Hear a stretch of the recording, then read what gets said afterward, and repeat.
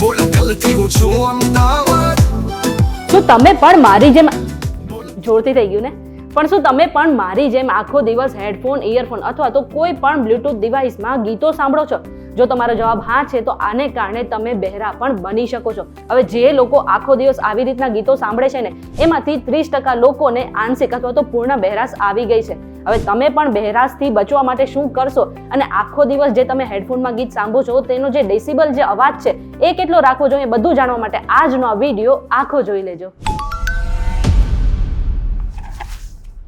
તમે આવી ગયા છો વીટીવી ડિજિટલ પર ને મારું નામ છે મેઘા. હવે જેમ જેમ ટેકનોલોજી નવી આવતી જાય છે એમ આપણી આદતો પણ બદલતી જાય છે અને અત્યારે તમે લગભગ લોકોના કાનમાં હેડફોન, ઇયરફોન અથવા તો કોઈ પણ બ્લૂટૂથ ડિવાઇસ જે છે એ કનેક્ટ થયેલા જોવા મળશે. હવે આને કારણે તમે બહેરા પણ બની શકો છો અને આવું હું નથી કહી રહી, આવું કહી રહ્યું છે એક report. BMJ global health report અનુસાર વિશ્વભરમાં 1 અબજથી વધુ યુવાનો સાંભળવાની સમસ્યાથી પીડાઈ રહ્યા છે અને તેની પાછળનું કારણ છે કે તેઓ હંમેશા કાનમાં ઇયરફોન પહેરવાની આદત છે તેમને.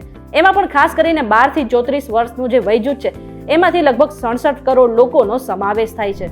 પહેલા એવું હતું કે 40 વર્ષની ઉંમર પછી જે છે એ આંશિક બહેરાશ આવતી હતી, પરંતુ અત્યારે નાના બાળકો પણ આંશિક બહેરાશનો શિકાર બનવા જઈ રહ્યા છે. કારણ કે તમે જે હેડફોન વાપરો છો તેમાં 80 થી 120 ડેસિબલ જેટલો અવાજ હોય છે, પરંતુ આપણા કાન માટે સામાન્ય રીતે 60 ડેસિબલનો અવાજ જે છે એ સારો માનવામાં આવે છે. અને એમાં પણ એવું કહેવામાં આવી રહ્યું છે કે જો તમે 7-8 કલાક સુધી એક ધારો આ 60 ડેસિબલ જેટલો અવાજ તમારા કાનમાં સાંભળો છો તો તેના કારણે પણ તમને જે આંશિક બહેરાશ છે તે આવી શકે છે. હવે એક સર્વે કરાયો હતો જેમાંથી 100 લોકો પર જે સર્વે કરાયો હતો તેમાંથી 30 લોકોમાં એક કાન અથવા તો બે કાનમાં જે પૂર્ણ અથવા તો આંશિક બહેરાશ આવી ગઈ છે અને તેમાંથી 20 જેટલા લોકોને ખબર જ નથી કે તેઓ બહેરાશનો શિકાર બનવા જઈ રહ્યા છે અથવા તો ધીરે ધીરે એ બહેરાશનો શિકાર બની રહ્યા છે.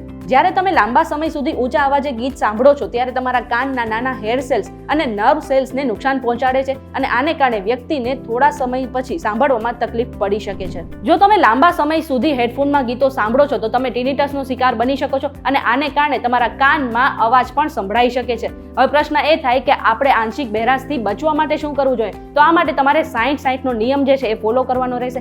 એટલે કે તમારો જે હેડફોન છે, તમારા ઇયરફોન છે, તેનું જે વોલ્યુમ છે એ 60% થી ક્યારેય પણ ઉપર ન જવું જોઈએ અને 60% થી નીચે જ વોલ્યુમ રાખીને તમારે આ ગીતો સાંભળવા જોઈએ. આટલું જ નહીં, એક ધારું 60 મિનિટ સુધી ક્યારેય પણ ગીતો હેડફોનમાં ન સાંભળવા જોઈએ. આને કારણે પણ તમારા કાનને નુકસાન પહોંચી શકે છે.